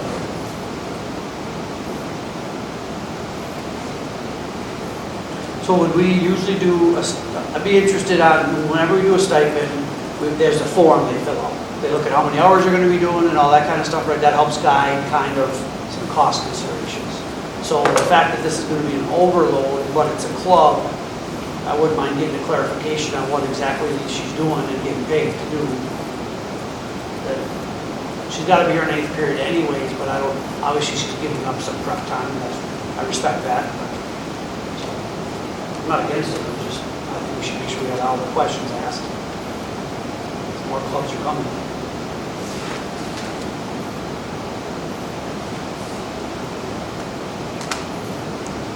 Would it be outlandish to table this, give you time to let us know what Southern Door, Sturgeon Bay, and the Robert with regards to 8th grade and art? I don't know if it makes any difference what they're doing. But I'm kind of curious, is that we probably had art years ago, and because of all the, right, I mean, probably, if we went through our history, I guarantee Sevastopol offered art in 8th grade, so at some point in the past. And I'm curious if, because of the selections for classes they can take in middle school, which is also great, and leading through high school, and what they want to do after, I'm wondering if, because I have heard that in my time here, that no one's taking the class. If no one's signing up for the class over and over and over, we don't offer that class, we go somewhere else. So I don't know, is that relative to this decision? I don't know. You said we need to increase participation in our high school art program. Are his, so Mr. Kidd can't take 8th grade into some of his periods of his contracted periods of the day? He's currently teaching 6 periods out of an 8-period day, so all of our staff have 2 prep periods. Yep. And I guess, Does he have 20 kids in each class? I think that would be the scenario is, If he's already teaching a class, that a middle schooler come in for that class, art concept, unless it's over their head, but depending on the art concept, it might not be. And maybe that's not even viable. So, So this is really just a scheduling issue? We have 6 classes of high school art. no, he teaches, in also parts of his day, he's teaching 6th and 7th grade, because they do it in trimesters, in 6th and 7th grade. So he is teaching art to 6th grade, 7th grade students, plus his high school classes.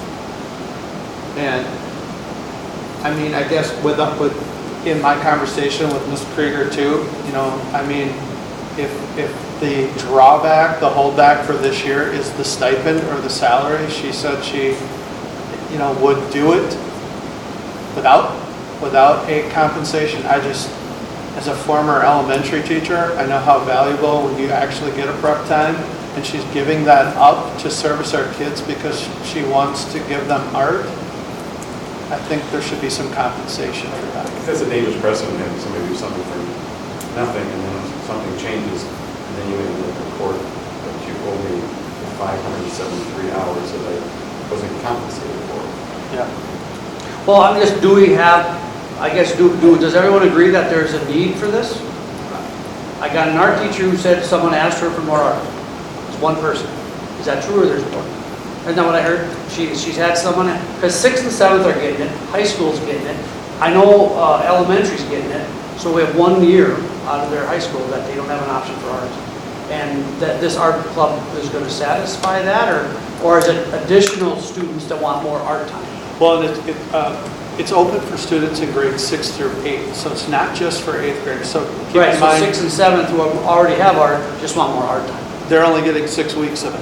So the rest of their school year, they're not getting it. So if they're sitting in a resource and our homework's done and they're a responsible student and, they're doing things, we're looking to create an opportunity for them to do something else that they would enjoy. And I think to be very inclusive, which is right in our vision statement in our school, creating, we have a fishing club and we have multicultural club and we have all these other clubs. So it's an opportunity to meet all of our students. Could we pilot this for a year and see how it goes? The difference is all those other clubs are outside of school, and that's why there's a stipend involved. Yep. This is an 8th period where she's already contracted to do something. That's why I think it's a little animal, we're just asking some questions. Yep. I'd just like to know what that 6, 17, blah, blah, blah, overboard cost is. Like Sue did you say maybe try it for a year and see? Pilot. I think maybe pilot it for the year to satisfy it, but then if the high school classes aren't full, You know what? It's not a full situation, because Are all the clubs full? if there's 2 kids in one Let's just approve class, the that's art not club full. and we're going- I'm just saying. Well, if we run a pilot for a year, We're gonna let's find get that the out. I'm data just saying, like- and then make a decision. I think you gotta look at you're gonna pilot for a year, you look at the schedule to see, can it be worked into the school day in some way, or is it truly necessary as a club, and then you go back and you have a teacher like a that's fishing club. willing to take the initiative Yeah. to do this. Let's reward that initiative with giving her the opportunity to do it. And maybe a year is sufficient to assess the club and see if it's working. Assess the club, assess the classes, give us the numbers, and go from there. I don't have any problem with the club comment, that's fine. My bigger issue is what, from an educational point of view, because I'm not an educator, we teach art, 1st grade, 2nd grade, 3rd grade, 4th grade, 5th grade, 6th grade, 7th grade. Oh, 8th grade, we're not going to use that. Now we pick it up again in 9th grade. So what is I just want to know the educational philosophy of why we don't have a continuum of art. And we can do that through the course of the year while we have this club, but I think it should be on the agenda, come back and just give us the reason why we do it the way we do it. And is that the way it's done in most schools? I mean, Middle school right now today, we're meeting state requirements. that's minimum. But my point is, all these middle school kids have choices, right? So some kids take math and some don't. Some They don't take have a science. choice. No, they still don't. No, they have a choice in 8th grade. Right, so my point is, if they have a choice for art or not art, we're still meeting state requirements. I wasn't And worried we're about that. above state requirements. I'm not worried about that. Well, that's what you just asked, how can we not do that? No, I'm asking them to give me what the philosophy is why we don't do it. If 8th grade, if art is important in 6th grade and 7th grade, why doesn't we say the 8th grader doesn't need it? Well, let's, Jerry, let's. They don't have to, Yeah. have to let them Roy come back. with Come back that for- yeah, that's right. information. Even saying We're not curriculum building tonight. Well, we don't offer it. Let's make that a part of this whole effort to look at where art is taught, And you where thought it this would be isn't, easy? why and why not. That's not on this. Is that, would you like to make a motion on that, Sue?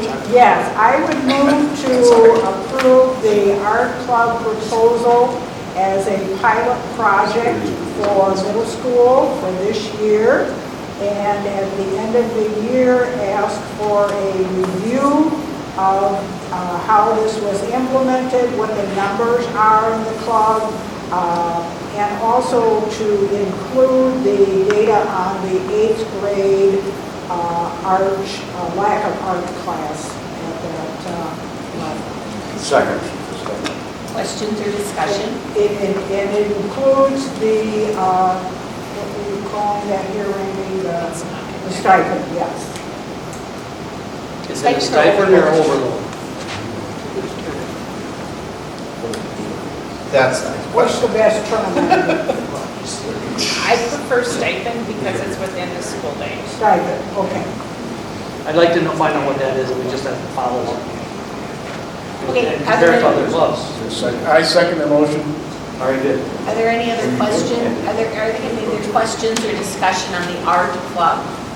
Hearing none, all in favor, say aye. Aye. Opposed, motion carries. Now we'll move on to something much more fun, legislative. Well, say there's that lots going on sarcastically. since the election, at both the state and the national level. And I would say, stay tuned, people. We could be in for a rough ride. I don't want to get into the politics of it, but just we need to ensure that we are fighting for our public schools at this time. And I came across something the other day, and I'll share it briefly. It's from UCLA, University of California. And it fits with the Thanksgiving season. Reasons why we should be thankful for public schools. Our teachers, who genuinely care about our kids. Our school staff, who make things run. People like these two people in our room here. Exposure to diversity. We heard about that. We have students who are dealing with poverty. We have students who are English learners. We can all learn from all of these students. Life lessons. This is what we're teaching our kids. Life lessons. Community. Our kids are learning teamwork and cooperation. And we're working with the community to provide things like this outdoor kitchen. And belief in a well-rounded education. We've talked a lot about that tonight. Whether it's the outdoor kitchen or whether it's our English language learners. So I would say it behooves all of us to be very vigilant about our public schools. And I'd just like to underscore what Randy said about various organizations that are united around things like the revenue limits and special education funding, categorical aid funding, particularly for mental health. And it's the administrators groups, it's the school board groups, it's the Fair Aid Coalition, it's the Rural Schools Group. They're all united around that. So stay tuned, everybody. We have to support our public schools and make sure that we are getting the funding that we need to provide the best possible education for our kids. The WASB resolutions have been finalized now by the committee that's been working on this, and they will be available in early December. We'll be getting copies of those resolutions, and for our December board agenda, we should have those resolutions on that agenda so that we can talk about those prior to the January convention where those will be voted on. And I just wanted to mention too that I noticed at the January convention, there will be a Project 180 presentation by Sevastopol, Gibraltar, Sturgeon Bay, and Southern New York. So it's nice to see. And I don't know if any of our kids are involved, or if it's staff, or who is involved with that. But it is a breakout session with the 4 schools involved. So that's good. It's a good student effort, and it's nice to see them getting this state recognition. Thank you. Do we know if Ms. Dewey-Menon and Ms. Schumacher are going to that? For Project 180, are they the ones that lead up Project 180 for us? Yes, they do. So we do have 2 active teachers and kids. Okay. Yeah, absolutely. Great. Yeah. Great. Okay, then we have half dozen first policy readings, which we received ahead of time, so if anybody has questions, they can pose them at this time or move on those policies. And I would just add that Randy did some background work on these. That's why these are just coming out for the first reading. She needed to check, for instance, on some of the medical policy with the school nurse and food services people and so on to get their input before we brought these policies forward. So I would move to propose the first reading of the policies as listed, 5330 through 8540. Second. Questions or discussion? Hearing none, all in favor say aye. Aye. Opposed, motion carried. Then we have academic and career planning.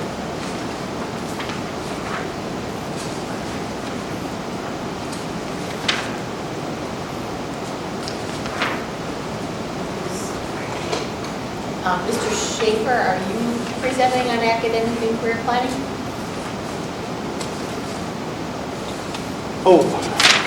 Yes. I'm sorry about that. There's one document that I forgot. Sucked it out of you on the last one. What's that? We sucked it out of you on the last discussion. He was back in the art room. So basically, the academic and career planning forum that we, it's been updated. Mrs. Melkor did a lot of work in regards to that. And basically sharing like all the, on the form, you guys have access to that right in front of you, right? So just, it really basically highlights all that we are offering. And this year, one of the things that we are doing different with our students is a youth science, where the high school students are coming down and they go through the youth science activity, where the youth science basically helps them identify attributes, skill sets that they have, and it just the ACP right up there is just a complete comprehensive identification of all the things that we are doing and offering for all of our students in that particular area. If there's anything like specific that you want to know, I can elaborate, but there's a lot of information, and we want to make sure that we have that up on our website so people understand too what we are offering for our students and those options that we're doing. And the youth science has really been great. We're still using Zello as well for some of that as well, but the youth science is something that we purchased for this year, and it's really a more in-depth opportunity for students to really not only discover their strengths, but areas of growth and opportunities for pathways for themselves in the future. So this is on the website for parents to see?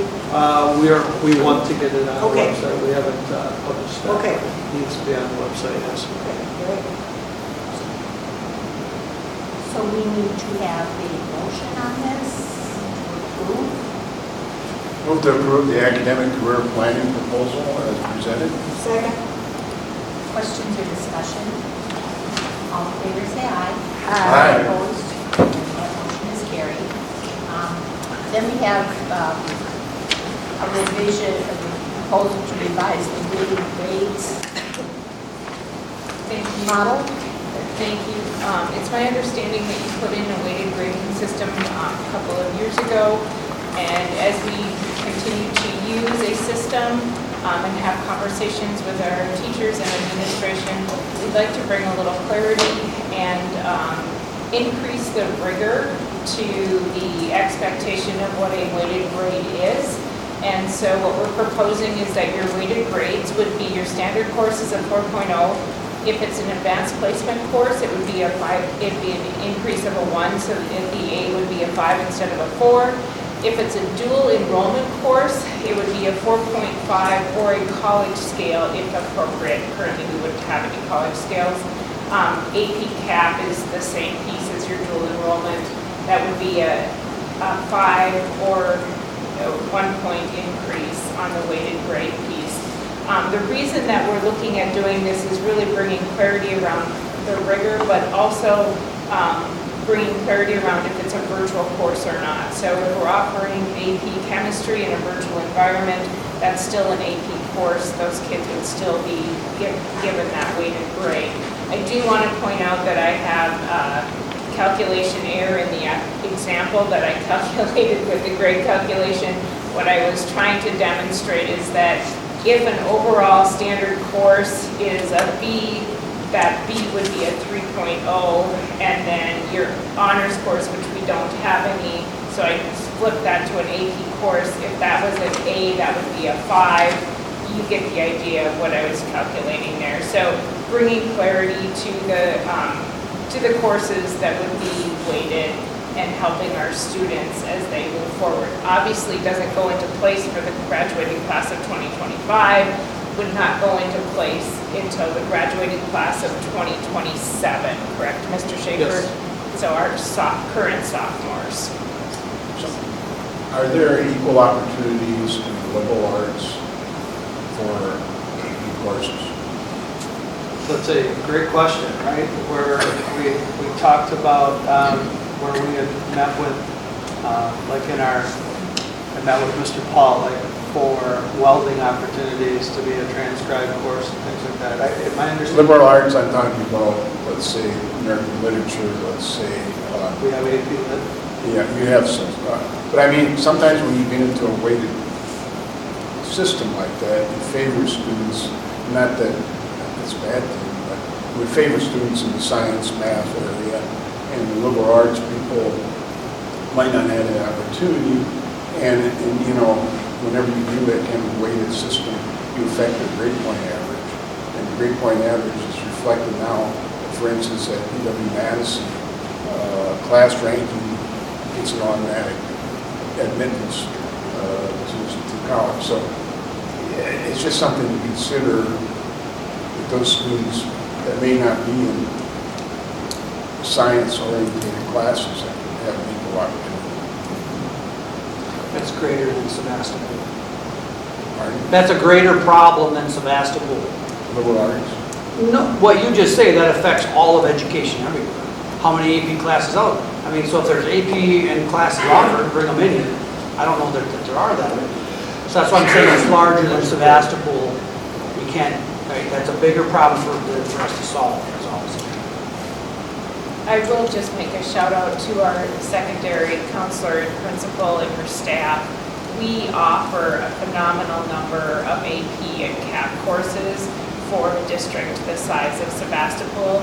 And the one thing that Ms. Malcor just does an amazing job in is working with each individual student and looking at those needs. So if a student had a liberal arts need, she would work and try to get them into that AP class in a post-secondary opportunity so that they were able to do that. So understand exactly where you're coming from.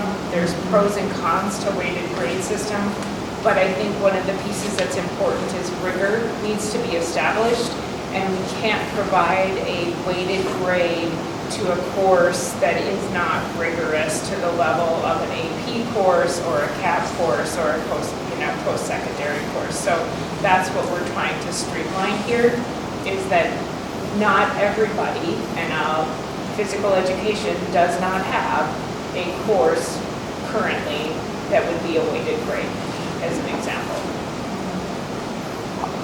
why the delay on rolling it in? Why? Because you don't want to impact your juniors and seniors with the changing mid-course when they've already planned out their courses to the But if our clarity is addressing rigor, they're doing the rigor. Now, When you're changing the rules in the middle of the game. Right. I don't want to change the rules in the middle of the game For who? for our juniors. For our juniors. It'll be seniors next where you're penalizing anyone who's doing an AP or CAT class. Well, that's. They're currently already weighted. But, Those classes are already weighted. But they're weighted. but, Did we have classes? but they're not getting the 5. No, they're getting a 1.2. Right, so when this came in, we first did this, that was that whole thing about, part of this, what came up here was that really, the implementation was not well thought out, I would say, in that way. So we're correcting that. And I don't know why we wouldn't just roll that in. Because they wouldn't have had knowledge of that prior to making their course. Well, Well, if they're taking they're taking the higher courses anyway, whether it's a 1.2 or a 0.2 or a 1, what's the difference, I guess? What we I mean, can still, do, they yeah. still know that they were gonna get a weighted average, so what's the difference if it increases to the 1 rather than 0.2? There's a couple courses that are currently weighted that would no longer be weighted. That's my question. So what we can do for you with our student numbers being so small, is we can run what the impact would be if we implemented it to our junior class. And then you guys can make that decision about whether we implement it for 2027 or we implement it for 2026. You can't implement it for 2025. I agree for 2025. I don't see logic yet why we should be 2026. So let us run those numbers and show you what those anticipated impact would be to those current juniors. Do you want to, like, table this, or do you want to approve the? Table it. Mr. Schaefer, we can table it Sorry, till no December. sound, sorry. Do you want to table this, or do you want to vote on the structure, getting clarification later if it's implemented for the class of 20? I think we can vote on the structure. I think what you're asking for is clarity as to how this would impact the class of 2026 versus 2027, Well, right? I don't want clarity, I want to know why we're not implementing it for the junior class. I guess, maybe we should table it and get the clarity. That's, it's not clarity, it's implementing when we, so the structure's good, if that's what you're saying. So it's really a matter of how you apply the structure. Right. So if that's what you're saying, you know. But why are we getting into the inner workings of it? They're saying we want to do this, and implement it in 2027. They're the experts. Why should we even question it? Because there's 46 kids that are affected by it, and I want to understand. No, it's not even affected by it. That's not true. We don't know how many are affected by it. Well, I think. You're implying no juniors are taking any AP classes. No, I'm not saying that. Then they are affected by it. But you know, what happens when they change rules in life in the middle of, they change a tax code in the middle of, well, I've already said that this way, now I'm going to get taxed. You don't go, well, that's not fair. You're talking on both sides of your mouth right now. You just said change happens. What you just said about the tax code is change happens, and we deal with it. That's what I'm saying, change happens. I look upon this as a contest, you know. It's gotten a lot more complicated than it ever did before. So now we have this complicated system. And so now we're changing the rules. So let everybody know what the rules are at this stage, so they can plan accordingly. We can approve the structure of it. The implementation is up to the administration. Correct? I would clarify it this way as a board member. If you look around at weighted grades, and we did this in the past, it is most common that they get to 1 point. That is most common, and please come clarify if that's not the case. Weighted grades throughout the state of Wisconsin usually have the 1.0. For some reason, Sevastopol didn't implement it that way. When we made the change 3 years ago or whatever, and we picked the date and we implemented it. But for some reason, instead of following all the other standard states, and the most common way to do it We picked something different. We didn't ask that question, did we? We did, and it wasn't a brief at the time because I was very aware of that issue. So whether it's implemented this month or next month, it's not going to make a difference. So I suggest maybe we table it and get the answer to the question, what is the impact versus 1 year versus the other year? Can I just Like add make that one? motion? Whether we're going to table. Troy was going to say Oh, we something. don't even. I would just like to add one thing if I could, if that's okay. Yeah. Okay, so I think about if we have junior students, right, who have had the opportunity to take AP, but not understanding the weight and calculation. Maybe they were like, well, because this isn't in place, I can think of one student in particular who finished their math requirements early, and now they are a junior, and instead of taking an AP math, they're taking a different math class that's not weighted the same. So they made that choice without the system in place. So then if we put that system in place, and that student would be like, holy smokes, what if I would have known this, I would have just kept going in my math. And now that particular student, we've ousted by implementing it. Where our sophomores, no students have taken any AP classes. We're creating an equal playing field for every single student going into their junior year. Exactly. Right, we're changing the rules, we're not changing the rules in the middle. Jerry, that doesn't even apply here. We make decisions and policies all the way through. What is our responsibility here? Is our responsibility to approve the structure of it, not the implementation? So I would move to approve the structure of the weighted grading system as presented. Second. Further questions or discussion? All in favor, say aye. Aye. Opposed? No.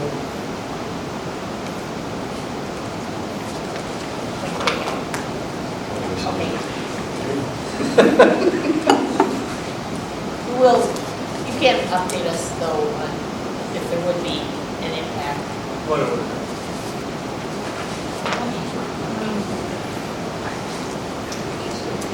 So, an adjustment to the sub-pay for certified subs. Thank you. So in your board packet, you will find a proposal that I am requesting we seek our current sub-pay, which is at $120 to $135.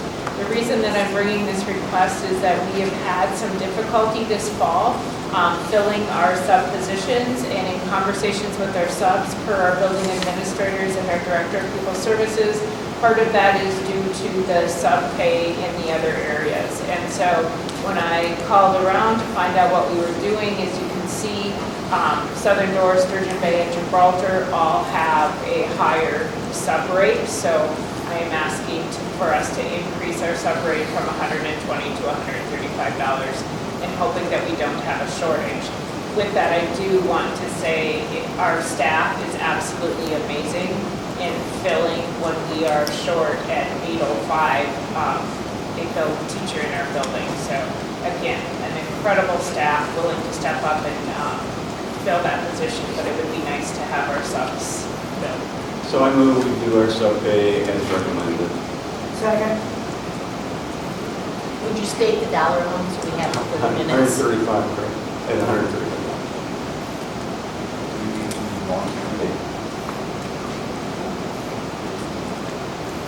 You want to read it back, Haley?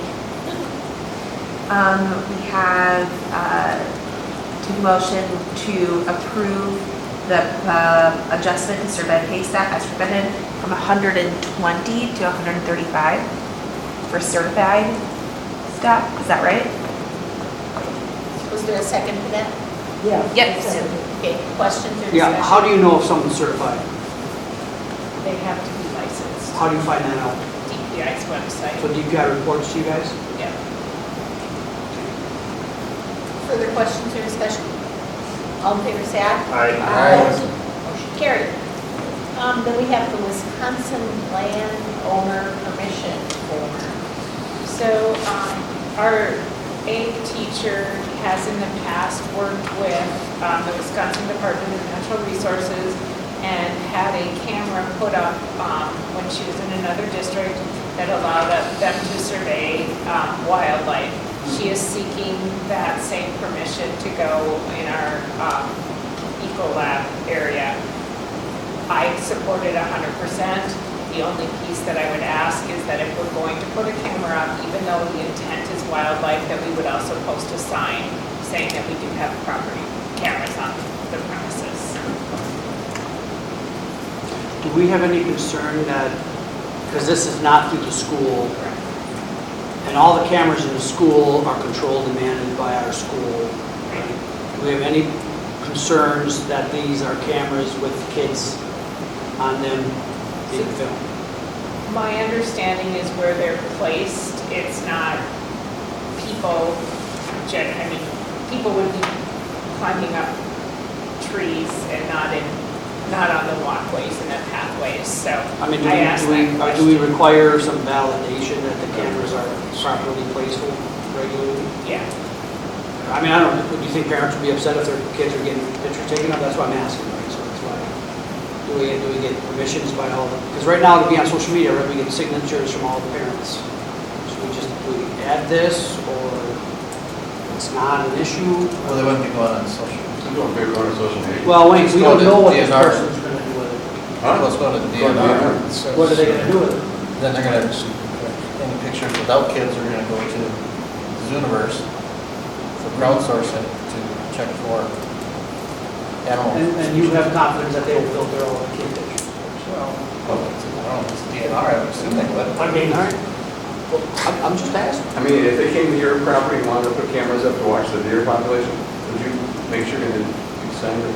I would probably say no, to be honest with you. I don't want cameras on my property, so. Wait, if everyone's good with it, I'm just asking a question. Well, there's a section right in here about privacy protection and Snapchat. Great. And it's pretty specific. See, that's a good answer. Right Yeah. there. Good job, Dave. I move to approve the use of wildlife camera monitoring by Snapshot, Wisconsin. Second. Questions or discussion? All in favor, say aye. Aye. Opposed? Anybody done Zooniverse at all? Oh, that's, has he ever been to Zooniverse, the website, Zooniverse? They do a lot of crowdsourcing stuff.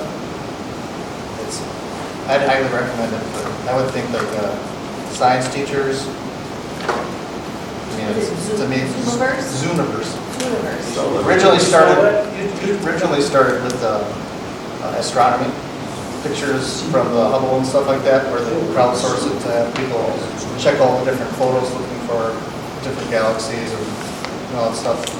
So you have 50,000 people looking at all these different photos and put them in different boxes. It's amazing. It's how they do it at the Serengeti, they do 1,000 different things.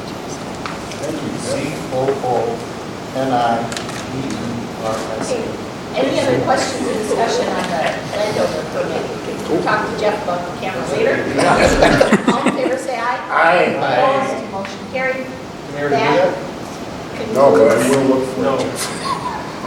That concludes our regular business. I'll take a motion to convene to executive session. So moved. Second. Roll call vote, Jeff. Aye. Aye. Aye. Aye. Aye. Aye. Motion carried at 8:03 p.m. I move the bus driver mechanic goes to not go, is moved from exempt to non-exempt. Second. Questions or discussion? All in favor, say aye. Aye. Opposed? Motion carried. Then we'll take a motion on the addendum to the employment contracts.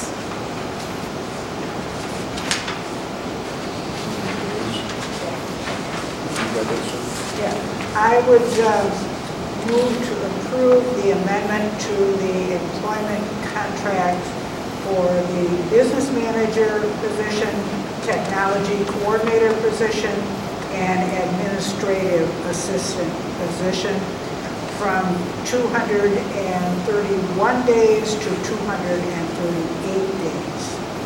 Second. All in favor, say aye. Aye. Opposed? Motion carried. Is there a motion on the JV basketball coach?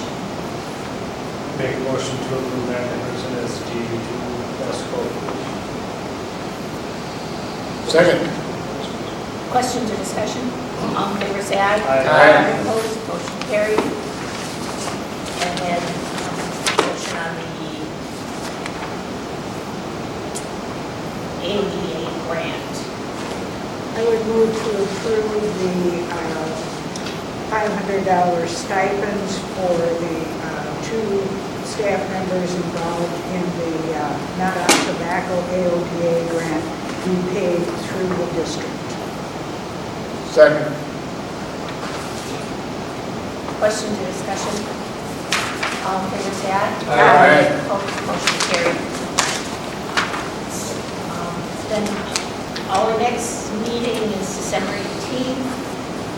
We have been confirmed that we will attend on December 3rd. And I will take a motion to adjourn. What kind of meeting for? 3:20, say 3:20.